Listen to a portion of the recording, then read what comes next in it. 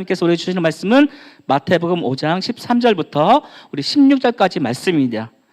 이제 하나님의 말씀을 우리 함께 주어진 자리에서 읽도록 하겠습니다. 시작. 너희는 세상의 소금이니 소금이 만일 그 맛을 잃으면 무엇으로 짜게 하리요? 후에는 아무 쓸데없어 다만 밖에 버려져 사람에게 밟힐 뿐이니라. 너희는 세상의 빛이라. 산 위에 있는 동네가 숨기우지 못할 것이요, 사람이 등불을 켜서 말 아래 두지 아니하고 등경 위에 두나니 이러므로 집안 모든 사람에게 비치느니라. 이같이 너희 빛을 사람에게 비추게 하여 저희로 너희 착한 행실을 보고 하늘에 계신 너희 아버지께 영광을 돌리게 하라. 이 말씀은 살아계신 하나님의 말씀입니다. 아멘.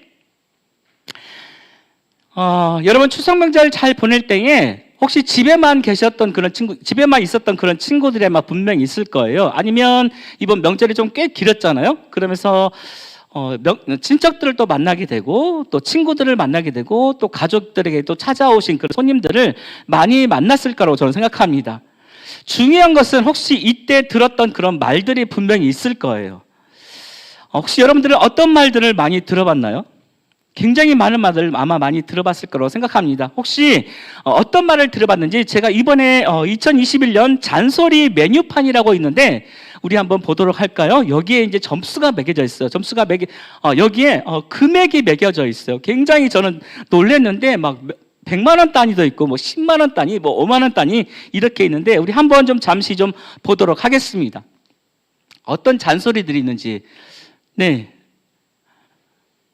여기 보니까 중고등학교 학생들에게 해당되는 그런 잔소리들이 있고요. 또 직장인들, 또 외모에 대해서, 또 대학생, 취학생들에 의해서, 또 부부에 의해서 또 그런 잔소리들이 있는데 중고등학생들에게 해당되는 그런 잔소리가 있잖아요.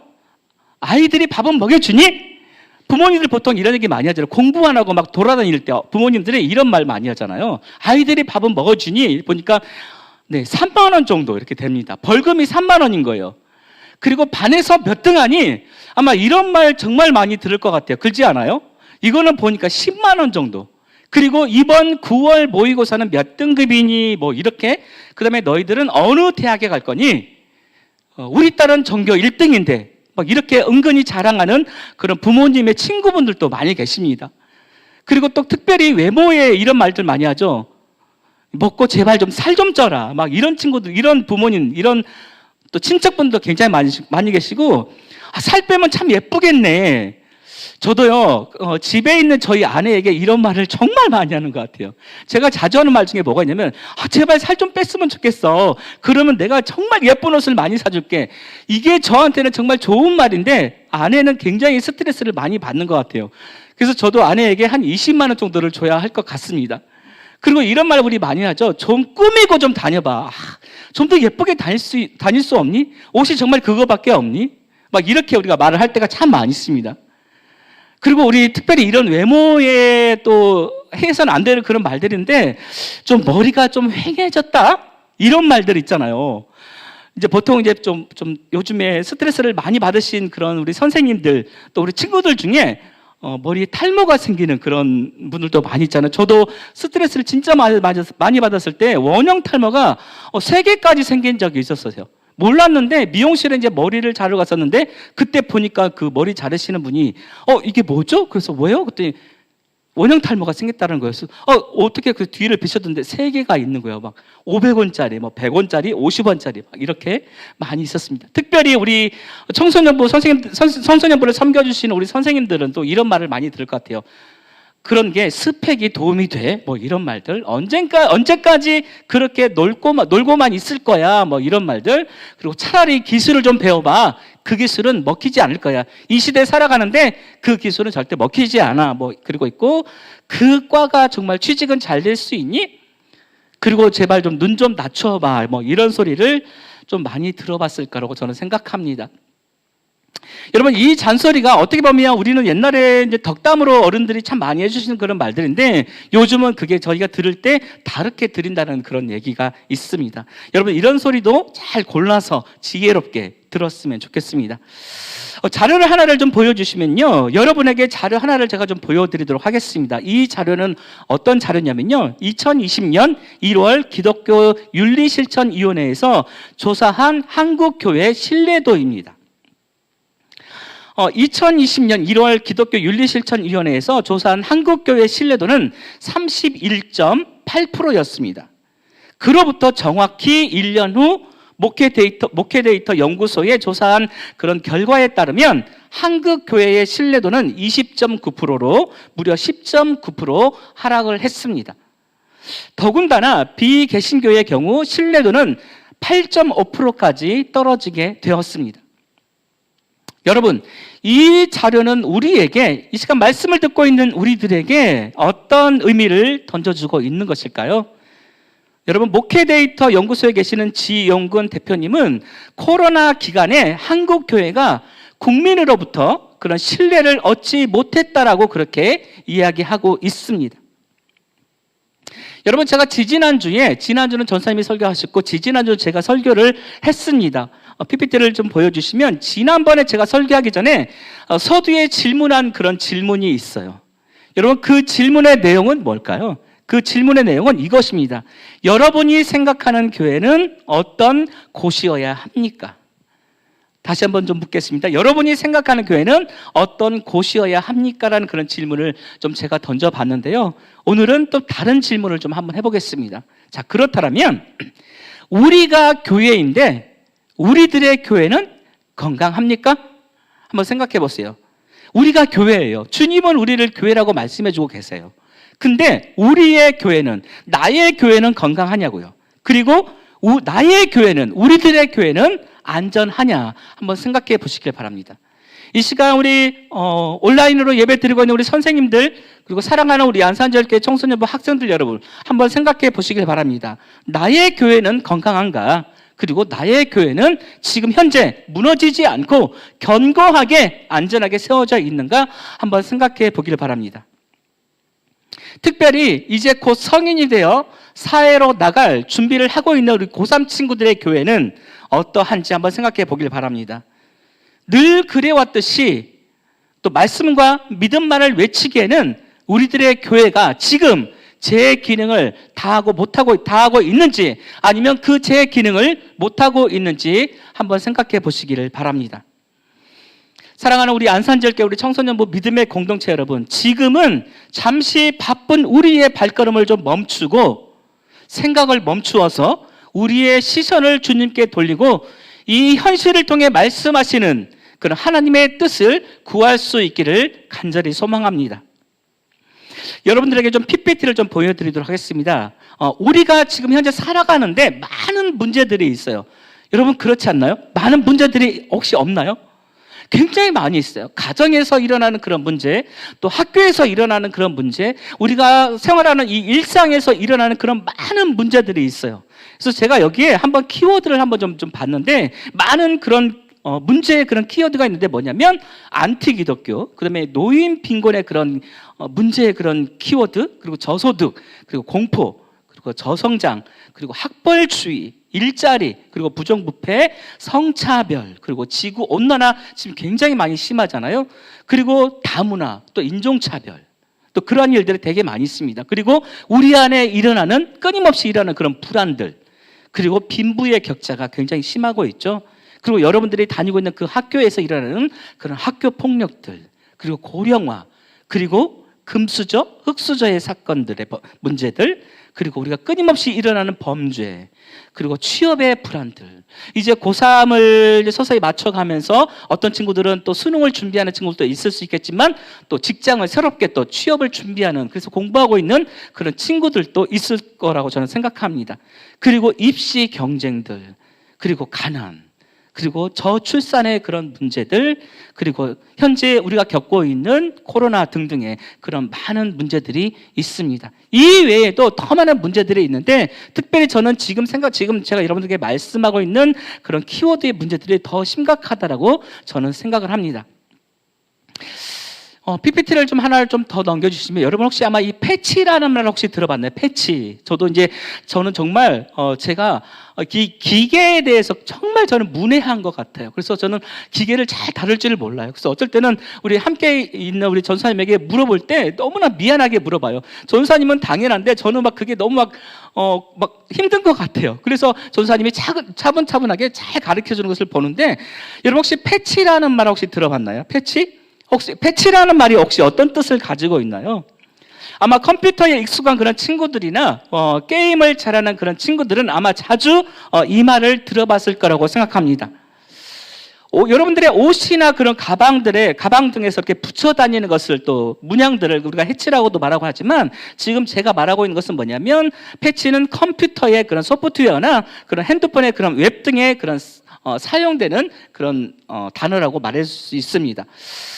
여러분, 바로 소프트웨어의 그런 문제점, 그리고 버그 등을 개발자가 고치는 그런 행위를 우리가 패치라고 말하고 있는데, 어떤 사람들은 이 패치를 놓는다라는 말로 그렇게 표현하고 있다고 합니다. 스마트폰의 그런 앱 등을 업데이트하게 되면 이 패치를 받게 되는 것이죠.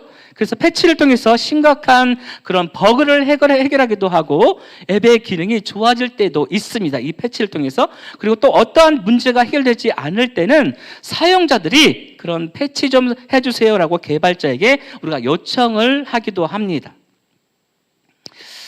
여러분, 예수님께서는 어둡고 부패한 세상에, 악한 버그가 가득한 세상을 해결하기 위해서 직접 패치를 준비해 주셨습니다. 바로 우리를 빛과 소금으로 이 세상에 부름으로써 세상을 패치하려고 하십니다.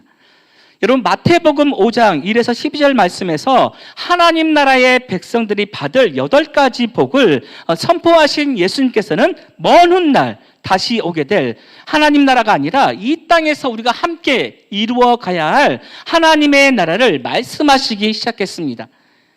그 말씀은 하나님 나라의 백성들을 욕하고 박해하고 악한 말을 쏟아내는 이 세상에서 하나님 나라의 백성인 제자들이 어떻게 살아가야 하는지를 예수님께서는 그 자리에 모인 그런 많은 백성들과 제자들에게 말씀하고 계셨습니다. 우리 다 함께 마태복음 5장 13절 말씀을 우리 함께 큰 소리로 읽도록 하겠습니다. 읽겠습니다. 시작. 너희는 세상의 소금이니 소금이 만일 그 맛을 잃으면 무엇으로 짜게 하리요? 후에는 아무 쓸데없어 다만 밖에 버려져 사람들에게 밟힐 뿐이니라. 아멘. 너희는 세상의 소금이니 소금이 만일 그 맛을 잃으면 무엇으로 짜게 하리요? 후에는 아무 쓸데없어 다만 밖에 버려져 사람들에게 밟힐 뿐이니라. 이렇게 말씀하고 계십니다. 여러분, 예수님께서는 사랑하는 제자들을 세상의 소금이라고 말씀하셨습니다. 여러분, 소금은 지금도 그렇지만 예수님께서 사셨던 당시의 생활 속에서는 더더욱 생존에 가장 필요한 그런 물질 중에 하나였습니다. 여러분, 제가 오늘 설교를 준비하기 위해서 소금을 준비해 왔습니다. 혹시 이제 제가 소금이 혹시 보이나요? 이게 어떤 소금인지. 두 종류의 소금이 있습니다. 소금인데 두 종류의 소금이 있습니다. 하나는 굵은 소금입니다. 이렇게 굵은 소금. 혹시 제가 여러분들에게 좀 보여주기 위해서 그림 이렇게 보이시나요? 이게 떨어지고 있죠? 이게 굵은 소금입니다. 또 하나는 아주 가는 소금이 이렇게 있습니다. 소금은 소금인데 기능이 다르다라는 것입니다. 여러분, 소금의 중요한 역할은 뭐죠? 소금의 중요한 역할. 네, 그래요. 굵은 소금, 그 다음에 가는 소금이 있습니다. 이 두 종류의 소금이 있습니다. 자, 첫 번째 보여주었던 이 첫 번째 굵은 소금은 어디에 사용할 수 있을까요? 소금은 똑같은데 사용 용도가 달라요. 첫 번째 굵은 소금은 어디에 사용이 되죠? 보통 우리 어머니들이 우리 김장 담글 때, 우리 소금을 배추를 절일 때 사용하는 그곳에도 쓰기도 하고요. 그 다음에 고기 그리고 어떤 물질이 부패하는 것을 방지하기 위해 썩지 않도록 그런 부패를 방지하는데 이 굵은 소금이 사용이 됩니다. 자, 두 번째, 그 가는 소금은 어디에 사용이 될까요? 여러분, 가는 소금. 가는 소금은요, 음식의 간을 맞추는데 사용이 됩니다. 예를 들어서 뭐 미역국이나 아니면 어떤 우리가 뭐 시래기국이나 아니면 김치찌개 아니면 된장찌개, 뭐 청국장 이런 데 끓일 때 사용을 하게 됩니다. 이것은 음식의 간을 맞추기에 사용합니다. 두 가지 소금을 다 쓸 수가 있어요. 그런데 사용 용도가 조금씩 다르다는 것입니다. 여러분, 예수님이 사셨던 그 당시는 냉장고가 없던 시대였으니 소금의 중요성이 얼마나 더 크다는 것을 우리가 알 수 있습니다. 저도 아주 어렸을 때는 정말 동네에 냉장고가 몇 개밖에 없었어요. 지금은 각 집마다 냉장고가 되게 많이 있잖아요. 어떤 집은 막 3개, 어떤 집은 4대 막 이렇게 있잖아요. TV를 보니까 연예인의 어떤 집에를 딱 보여주는데 냉장고가 막 7, 8대 막 대형 냉장고, 뭐 김치 냉장고, 또 뭘 저장하는 그런 냉장고의 용도가 굉장히 많이 있습니다. 여러분, 예수님이 사셨던 그런 시대에, 냉장고가 없던 시대에 이 소금의 중요성이 얼마나 큰지 모릅니다. 예수님께서는 제자들로 하여금 세상의 여러 가지의 그런 문제들, 그리고 지금처럼 복음을 적대시하고 핍박하는 그런 사람들, 그리고 수많은 이유로 상처를 받고 울고 있는 사람들이 있는 그 세상 가운데 제자들이 직접 들어가서 소금이 되어서 세상이 더 이상 썩어 들어가지 않도록 영과 육의 그런 문제들을 위해 제자들을 직접 불렀다라고 이렇게 오늘 본문 말씀은 얘기해 주고 있습니다. 그리고 이 시간 우리가 말씀을 듣고 있는 우리들 역시 제자들처럼 세상 가운데 소금으로 살아가라고 우리를 이렇게 부르시고 계시는 것입니다. 여러분, 예수님께서는 제자들에게 또 한 가지 말씀해 주셨는데, 제자들에게 그리고 그 자리에 모인 사람들에게 세상의 빛이라고 그렇게 말씀해 주셨습니다. 우리 다 함께 본문 5장 16절 말씀을 우리 함께 읽도록 하겠습니다. 시작. 이같이 너희 빛을 사람 앞에 비추게 하여 저희로 너희 착한 행실을 보고 하늘에 계신 너희 아버지께 영광을 돌리게 하라. 아멘. 이같이 너희 빛을 사람 앞에 비추게 하여 저희로 너희 착한 행실을 보고 하늘에 계신 너희 아버지께 영광을 돌리게 하라. 이렇게 제자들에게 말씀해 주고 있습니다. 여러분, 예수님께서는 제자들에게 말씀하신 이 빛을 이해하기 위해서는 빛으로 오신 예수님을 우리가 먼저 알아야 하는 것입니다. 그래서 요한복음 1장 9절에서 이렇게 말씀하고 있습니다. 제가 읽겠습니다. 참빛 곧 세상에 와서 각 사람에게 비추는 빛이 있나니, 이렇게 말씀하고 있습니다. 여러분, 요한복음의 저자는 누구일까요? 요한복음의 저자. 여러분, 요한복음의 저자는 요한입니다. 요한복음의 저자 요한은 요한복음 1장 9절에서 빛으로 오신 예수님에 대해서 이렇게 말씀해 주고 있습니다. 요한이 예수 그리스도를 참빛이라고 소개하는 것은 그 당시 이스라엘 백성들이 가장 절망적인 그런 상태에 놓여 있었습니다. 그리고 영적으로나 육적으로 혼란을 겪고 있던 그런 시대에 이스라엘 백성들이 살고 있었습니다. 그런데 이스라엘 백성들은 그 당시에 오실 그런 메시아, 예수님을 자신들의 생각대로 예수님의 마음을 움직이려고 하였습니다. 참빛으로 오신 그 예수님을 그저 자신들의 그런 배고픔을 채워줄 수 있는 그런 존재의 그런 메시아로, 그리고 예수님에게 잘 보여서 자신들의 그런 지위를 하나쯤은 얻어내려는 그런 어리석은 마음들이 그 당시 이스라엘 백성들에게 깔려 있었습니다. 여러분, 이런 환경에 놓여 있는 제자들에게 마태복음 5장 16절 말씀을 통해 말씀하시는 예수님의 참뜻은 여러분 무엇이라고 생각하십니까? 한번 이 시간 생각해 보기를 바랍니다. 그것은 바로 우리가 읽었던 마태복음 5장 14절에서 15절 말씀을 마태복음 5장 14절부터 15절 말씀을 우리가 자세히 보게 되면 그 의미를 우리가 알 수 있습니다. 우리 다 함께 14절 15절 말씀 우리 한번 큰 소리로 읽도록 하겠습니다. 시작. 너희는 세상의 빛이라 산 위에 있는 동네가 숨기우지 못할 것이요 사람이 등불을 켜서 말 아래 두지 아니하고 등경 위에 두나니 그러므로 집안 모든 사람에게 비치느니라. 아멘. 여러분, 참빛이신 참 빛이신 예수님은 제자들에게 그리고 이 시간 우리 모두에게 동일하게 말씀하고 계십니다. 예수님은 우리에게 이렇게 말씀하고 계십니다. 너희가 세상의 빛이라니까. 너희는 세상의 빛이야. 너희들은 특별한 빛이란 말이야. 나를 드러내는 그런 거룩한 빛이기에 너희들은 특별해. 이렇게 예수님은 우리에게 말씀해주고 계십니다. 여러분, 우리들이 이러한 존재라는 거예요. 믿으십니까? 예수님은 우리에게 그렇게 말씀해주고 있어요. 네가 참빛이라니까. 다른 사람들도 아니고 네가 참빛이야.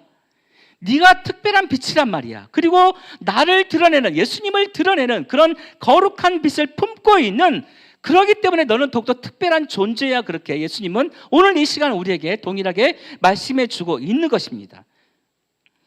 여러분, 가장 빛난 빛을 소유한 빛의 존재인 우리들이 그 역할을 제대로 감당하지 못한다면 여러분, 어떤 일이 벌어질까요? 우리가 빛이에요. 그런데 우리가 그러한 영향을, 그러한 참빛의 그런 역할을 제대로 감당하지 못한다면 어떠한 일이 벌어질까요? 우리 한번 PPT를 한번 좀 보여주시겠습니다. 여러분, 햇빛이 우리에게 필요할까요? 필요하지 않을까요? 필요할까요? 필요하지 않을까요? 햇빛은 우리에게 진짜 필요해요. 너무나 소중한 것입니다. 그런데 그 햇빛 가운데 너무나게 우리가 노출을 시키면 어떻게 되는 거죠? 우리 몸에 피부병이 생기게 되는 거죠. 알레르기가 일어나는 그런 사람들도 있습니다. 자, 햇빛이 너무나 강렬해요. 그러면 어떻게 되죠? 이 땅이 어떻게 되죠? 논밭이 어떻게 되죠? 그리고 곡식들과 그리고 과일들이 어떻게 되죠? 타들어가는, 그리고 땅이 말라버리는 그런 현상을 겪게 되는 것입니다. 그리고 여러분, 우리가 보게 되면 그런 햇빛이 너무나 강하게 되면 나타나는 그런 현상들이 어마어마하게 있습니다. 이처럼 햇빛은 우리 일상에 가장 중요하고 좋은 영향을 주고 있습니다. 하지만 그 태양을 직접 우리 눈으로 바라본다면 우리 눈은 어떻게 될까요?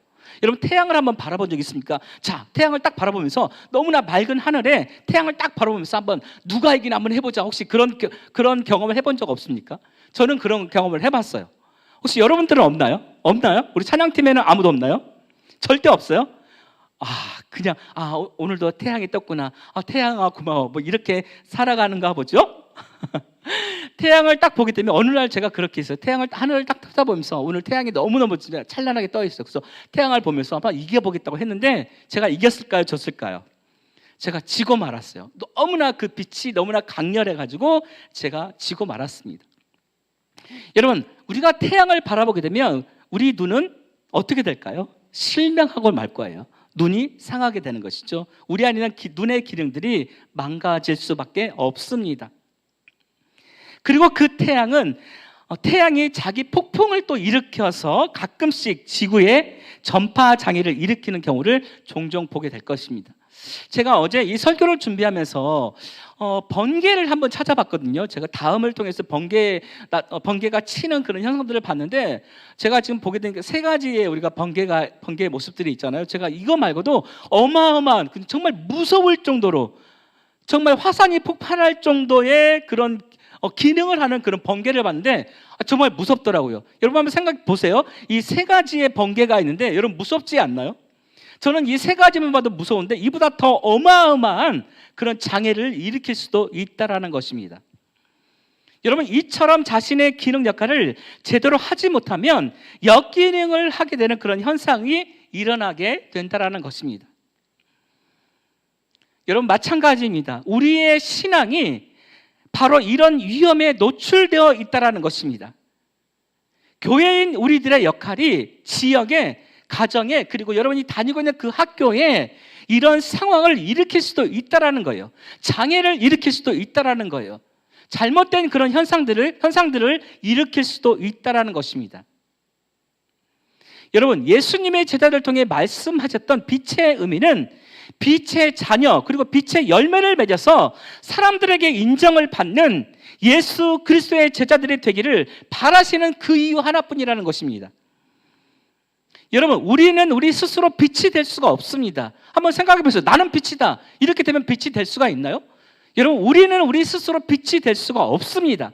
여러분, 빛은 오직 예수님 한 분뿐이시고 그 빛이 우리를 통과해서 그 빛이 우리 안에 들어와 그 빛을 나타내며 살 때 우리는 빛을 가진 존재로, 즉 우리들 역시 빛이 되어진다는 사실을 잊지 않기를 간절히 소망합니다. 여러분, 아멘입니까? 아멘입니다. 우리는 스스로 빛이 될 수 없어요. 그런데 그 예수님의 빛이, 그 예수님이 우리 가운데 들어올 때, 그리고 그 예수님과 함께 동행하며 살아갈 때에 우리는 빛을 가진 자, 그 빛의 존재로 살아갈 수 있다라는 것입니다. 여러분, 우리는 하나님이 직접 만든 그런 작품으로서 각자의 빛을 품고 있습니다. 각자의 빛의 종류가 있다라는 것입니다. 우리는 우리의 빛이 하나님으로부터 왔음을 기억하고 예수님을 바라볼 때 우리는 가장 빛나고 가치 있는 사람, 곧 교회의 그런 역할을 할 수 있다는 것입니다. 여러분, 베드로전서 2장 9절 말씀에서는 소금과 빛을 가지고 살아가는 제자들이 바로 우리들이 행동해야 할 그런 교회의 사명을 자세하게 설명해 주고 있습니다. 우리 다 함께 베드로전서 2장 9절 말씀을 함께 읽도록 하겠습니다. 시작. 그러나 너희는 택하신 족속이요 왕같은 제사장들이요 거룩한 나라요 그의 소유가 된 백성이니 이는 너희를 어두운 데서 불러내어 그의 기이한 빛에 들어가게 하시니에 아름다운 덕을 선포하게 하려 하심이라. 아멘. 여러분들에게 질문 하나를 던질게요. 우리 PPT 자료를 한번 주시면요, 이러한 질문이 있습니다. 질문의 내용은 뭐냐면, 여러분은 예수님을 인격적으로 만난 영적인 존재라는 사실을 믿으십니까? 입니다. 여러분 한번 생각해 보세요. 나는 예수님을 인격적으로 만난 사람인지, 아니면 그냥 예수님을 그냥 알고만 있는 그런 존재인지, 아니면 삶 속에서 예수님을 부단하게 나타내며 살아가기를 원하는 사람인지 한번 생각해 보기를 바랍니다. 여러분, 예수님과의 그런 인격적인 만남이 있지 않으면 우리는 그 기이한 빛에 들어갈 수가 없습니다. 우리가 예수님과의 그런 인격적인 만남이 없이 예수님을 전할 때에 교회인 우리는 결국 세상 사람들 앞에서 의미 없이 울리는 그런 꽹과리가 되어서 수많은 사람들의 그런 귀를 아프게 하고 그들에게 상처를 주고, 나아가 내가 도리어 상처를 받아서 오히려 예수님과의 그런 관계를 멀어지게 만드는 그런 일을 우리가 하고 말 것입니다. 여러분 한번 생각해 보세요. 그래서 우리는 그 빛이 되는 것도 너무나 중요할 수 있겠지만, 이 시간 우리가 알아야 하는 것은 내가 다른 사람들이 아니라 내가 지금 예수님과의 그런 인격적인 만남을 이루어가고 있는 그런 영적인 존재인지 여러분 스스로 이 시간 생각해 보기를 바랍니다. 여러분, 그러기에 지금 이 순간 내가 머문 이 자리에서, 여러분이 있는 그 가정에서 예수님을 인격적으로 만나고 예수 그리스도의 거룩한 대사가 되어서 품위와 믿음이 묻어나는 그런 언어와 일치의 삶을 이루어서 예수 그리스도의 그런 아름다운 덕을 선포하는 그런 축복의 통로들이 다 되어야 하는 것입니다. 여러분, 빛의 자녀의 삶을 살아간다는 것이 여러분 정말 어려울 수도 있는데, 제가 쉬운 팁을 하나 가르쳐 드리도록 하겠습니다. 여러분들에게 이 빛으로 살아가는 것이 어려울 수도 있는데 가장 쉬운 팁을 여러분들에게 가르쳐 줄게요. 여러분들이 사는 동네에, 사는 마을에 많은 사람들이 있지 않아요? 그렇지 않나요? 여러분만 살고 있지는 않잖아요. 그렇죠? 그런 사람들 앞에서, 그리고 교회에서, 학교에서, 그리고 주어진 상황에서 만나는 모든 사람들에게 혹시 나에게 의미가 있는 사람, 도움이 되지 않는 사람이라, 도움이 되는 사람이나 도움이 되지 않는 사람이라 할지라도 그들의 눈을 바라보고 웃어주면서 그들에게 안부를 물으며 인사하고 따뜻한 말 한마디를 건네며 다가가서 먼저 미소를 보일 수 있는, 그것이 빛의 자녀로 살아갈 수 있는 가장 기본적인 팁이라 말할 수 있습니다. 여러분, 쉬워요, 어려워요? 여러분, 쉬워요, 어려워요? 굉장히 쉽죠. 내가 있는 자리, 내가 머문 그 자리에서 만나는 사람을 만나게 돼, 길을 가다가 사람을 만나게 되면 내가 다가가서 먼저 인사를 하는 거예요. 내가 먼저 가서 웃어주는 거예요. 안녕하세요. 혹시 몇 층에 사세요? 네, 감사합니다. 그리고 물건을 들고 있으면 그 물건을 좀 같이 좀 들어주거나 날라주거나 뭐 그러한 일을 하게 되는 것이 가장 기본적인 그런 빛의 자녀의 팁이라는 거예요. 여러분 이것부터 한번 지켜보세요. 그렇다면 우리는 빛의 자녀로 주어진 삶에서 살아갈 수가 있어요. 이보다 더 어려운 것들도 넉넉하게 해낼 수가 있습니다. 내가 먼저 인사하는 것, 내가 먼저 다가가는 것, 내가 먼저 손 내미는 것, 내가 먼저 웃어주는 것, 가장 기본적인 것부터 여러분들이 지켰으면 좋겠습니다. 여러분 이제 말씀을 좀 마치겠습니다. 여러분 우리 모두는 교회입니다. 믿으십니까? 우리 모두는 교회입니다. 여러분 이 사실을 잊지 않고 기억하길 바랍니다. 그리고 세상의 환경과 상황이 때로는 우리의 정체성을 잃어버리게 한다 할지라도, 그러나 우리는 어떠한 상황 속에 있는다 할지라도 우리의 정체성, 빛의 존재, 그리고 소금의 존재, 그리고 더 나아가서 교회의 존재라는 사실을 잊지 않고 기억했으면 좋겠어요. 우리는 하나님께서 세상 속에서 구별하여 부르신 거룩한 백성이요 교회입니다. 예수님께서 여러분을 부르신 예수님께서 여러분을 부르신 그런 학교에서 학생이라는 그런 신분으로, 또 가정이라는 그곳에서 교회의 역할을 감당하는 그런 믿음의 자녀로 더 선하고 더 거룩하고 더욱더 구별되어서 더 아름다운 길로 그 주님이 우리를 인도해 주실 줄로 믿습니다.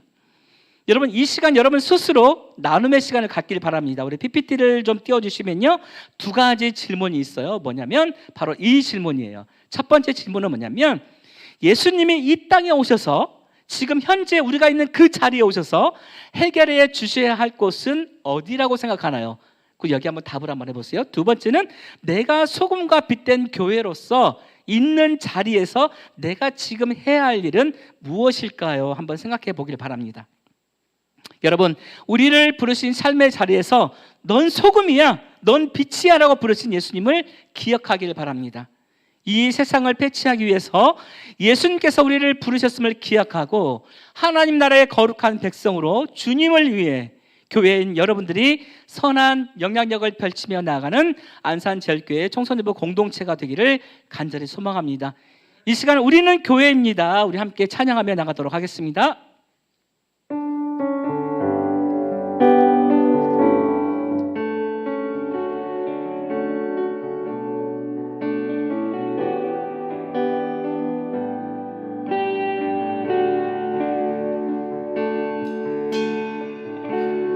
우리는 세상 속에서 주의 부름 받은 성도입니다.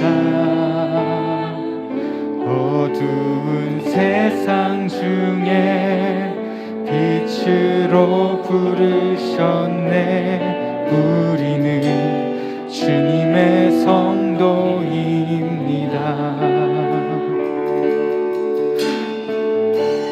주의 자녀입니다. 세상 속에서나 가정에서도 우리는 변함없이 주의 자녀입니다. 우리는 주님의 자녀입니다.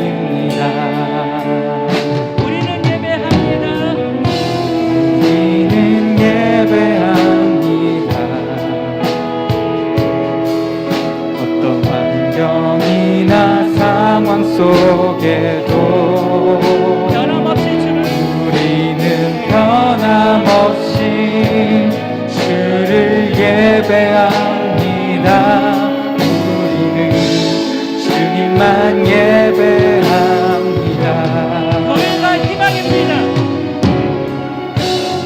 내가 희망입니다. 모든 세상 속에 희망입니다. 십자가 복음만이 세상을 살립니다. 교회가 이 땅의 희망입니다. 우리가 교회입니다. 교회입니다. 함께 모일 때나 흩어질 때도 우리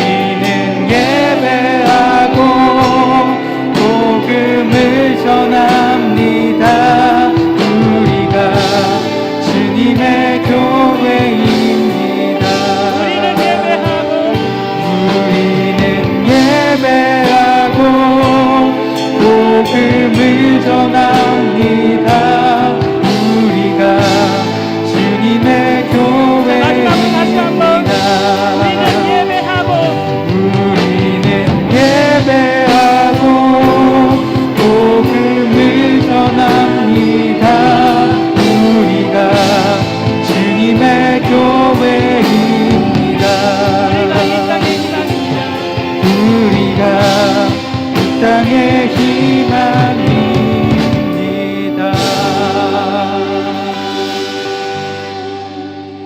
여러분 시간 함께 기도하기 원하는데 기도하기 전에 우리 두 가지 기도 제목이 있습니다. 첫 번째 기도의 제목은 하나님 아버지 우리가 주의 자녀임을 잊지 않게 해주세요. 이 세상 속에서나 가정에서도 변함없는 주의 자녀, 주의 움직이는 교회임을 잊지 않게 해주세요. 두 번째 기도 제목은 하나님 아버지 우리가 교회로서 함께 모일 때나 흩어질 때에도 언제나 복음을 전하게 하여 주세요. 우리가 이 땅의 희망임을 알게 해주세요라는 제목으로 우리 시간 함께 기도할 때에 우리 다 함께 주어진 에서 주여 한번 간절히 외치며 함께 기도하도록 하겠습니다.